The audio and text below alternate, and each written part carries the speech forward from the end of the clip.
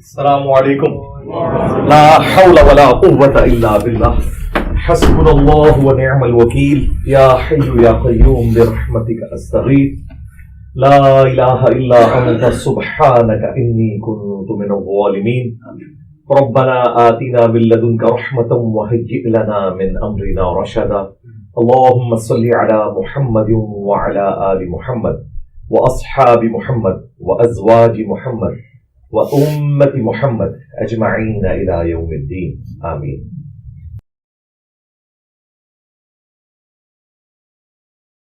الحمد لله رب العالمين والصلاة والسلام على سيد الأنبياء والمرسلين وعلى آله وأصحابه وأزواجه أجمعين إلى يوم الدين. الحمد للہ آج 8 جنوری 2023 کو سنڈے کے دن ہمارا یہ پبلک سیشن نمبر 76 انشاءاللہ منعقد ہونے جا رہا ہے. آپ کے سوالات ریئل ٹائم یہ پرچیوں کی شکل میں میرے پاس آ چکے ہیں. انہیں ہم بعد میں ڈسکس کرتے ہیں. پہلے ایک کرنٹ ایشو کے طور پہ کافی عرصے سے لوگ مجھے کہہ رہے تھے، میں اسے اوائڈ کر رہا تھا، لیکن میں چاہ رہا ہوں چلیں اس کو بھی ہم ٹاپک کو ڈسکس کر لیتے ہیں. پچھلے دنوں آپ کو پتہ ہے کہ دعوت اسلامی کے جو امیر ہیں مولانا الیاس قادری صاحب، انہوں نے ایک سلسلہ شروع کیا جس میں جو ان کی ذات کے حوالے سے اور ان کی جماعت کے حوالے سے لوگوں کی ریزرویشنز ہیں وہ ان کے جوابات آ کے خود دے رہے ہیں اپنی زندگی میں. یہ بڑی اچھی بات ہے. ہمارے تو وہ ایکس مرشد بھی ہیں، کیونکہ آپ کو پتہ ہے میرا آلموسٹ 10-11 سال کا پیریڈ زندگی کا گولڈن پیریڈ، سمجھ لیں اسکول لائف سے لے کے انجینئرنگ یونیورسٹی سے فارغ ہونے تک، 1991 سے لے کے آلموسٹ 2000 تک، بلکہ 2001 تک آلموسٹ وہ دعوت اسلامی میں گزرا ہے. تو الیاس قادری صاحب کو یعنی پرسنلی میں بڑا قریب سے جانتا ہوں. 1999 میں کراچی بھی حاضری ہوئی تھی ان کے پاس، نماز بھی ان کے پیچھے متعدد نمازیں بھی پڑھیں، ان کے گھر بھی گئے، بلکہ اکٹھے بیٹھ کے کھانا بھی کھایا. کچھ چیزیں میں نے اس وقت بھی آبزرو کی تھیں، لیکن ظاہر ہے کہ اس وقت تو انسان عقیدت اور پلس علم اس کشمکش کے درمیان ہی چل رہا ہوتا ہے. پھر آہستہ آہستہ معاملات کھلتے گئے. وہ ایک الگ سے ایک میری سٹوری ہے، وہ چھوڑ دیں اس کو. فی الوقت ہم اسے ڈسکس کرتے ہیں. اس وقت تازہ تازہ انہوں نے 2001 کے اندر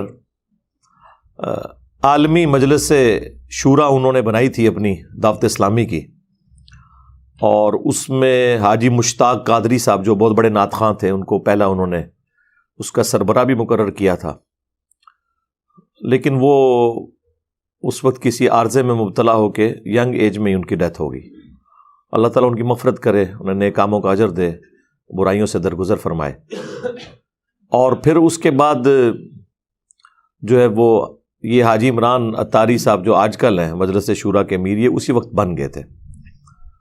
اس دوران جو سب سے ان کی ایک کریٹیکل پرسنالٹی تھی نا، وہ حاجی ابراہیم قادری صاحب تھے. ان کے ساتھ بھی کافی کلوز ریلیشن شپ میرا رہا، کیونکہ وہ دعوت اسلامی کے 3 صوبوں کے نگران تھے. پنجاب کے میجر کام ادھر ہی تھا پنجاب میں، دوسرا کشمیر، اور تیسرا کے پی.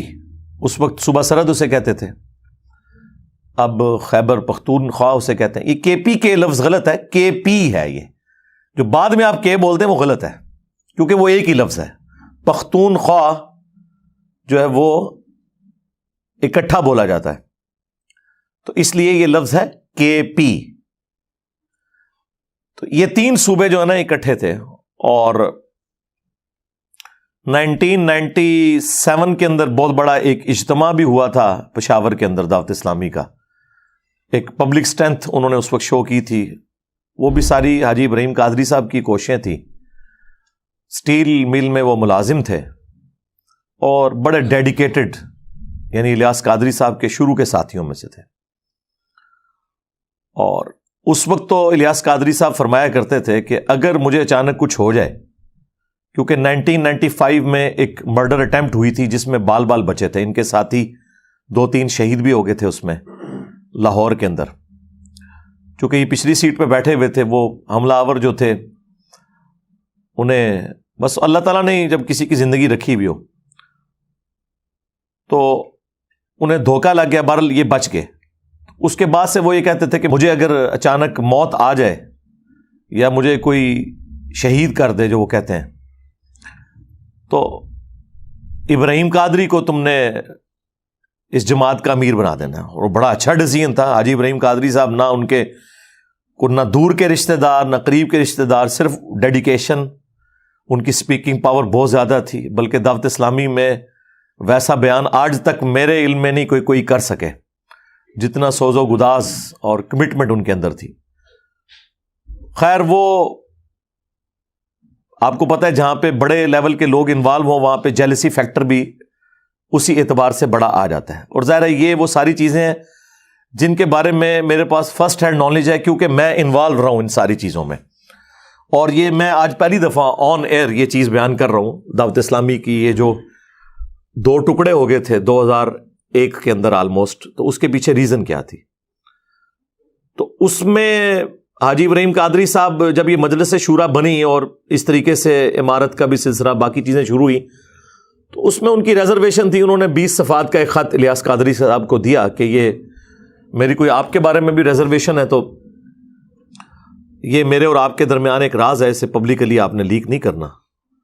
لیکن چونکہ اس میں ان کی ذات کے اوپر بھی اعتراضات تھے, اس کی وجہ سے وہ سمجھے کہ شاید یہ میری سیٹ پہ قبضہ کرنا چاہتا ہے. حالانکہ اس سے پہلے وہ خود کہا کرتے تھے کہ سب سے زیادہ اہل یہ بندہ ہے.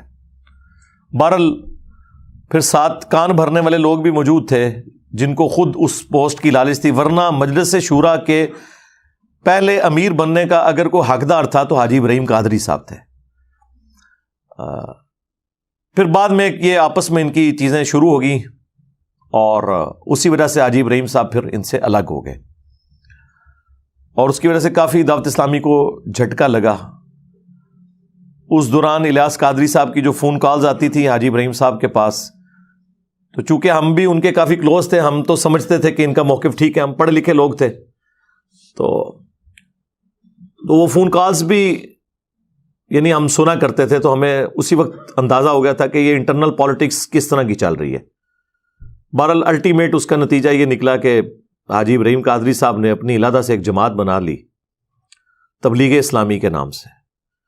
کچھ عرصہ ہم بھی اسے لے کے چلتے رہے. پھر اس دوران ہی میں چونکہ جاب پہ چلا گیا اسلام آباد, تو پھر اتنا انٹریکشن نہیں رہا, وہاں بھی کچھ عرصہ کام کیا, اور پھر میری آفس کی مصروفیات ہی اتنی زیادہ تھیں, صبح نکلتے تھے اور رات تاریخ بدلنے کے بعد ہی گھر واپس آتے تھے شروع کے کئی سال. تو آپ کو پتہ ہے ڈیفنس آرگنائزیشنز میں کام میں پھر نہ کوئی دن دیکھتا ہے نہ رات. وہ تو پھر اللہ کا کرنا ہوا. 2007 کے بعد میری لائف سٹوری شروع ہوتی ہے, سیکنڈ فیز, جو میں آلریڈی ریکارڈ کروا چکا ہوں. میں سنی شیعہ سے مسلم کیسے ہوا. اس کا مطلب یہ نہیں کہ میں سنی شیعہ کو کوئی کافر سمجھتا ہوں, مراد یہ کہ صرف مسلمان میں کیسے ہوا ان فرقوں سے نکل کے. وہ آپ میری لائف سٹوری دیکھ لیں. بہرحال آج بھی میں سمجھتا ہوں میری زندگی پہ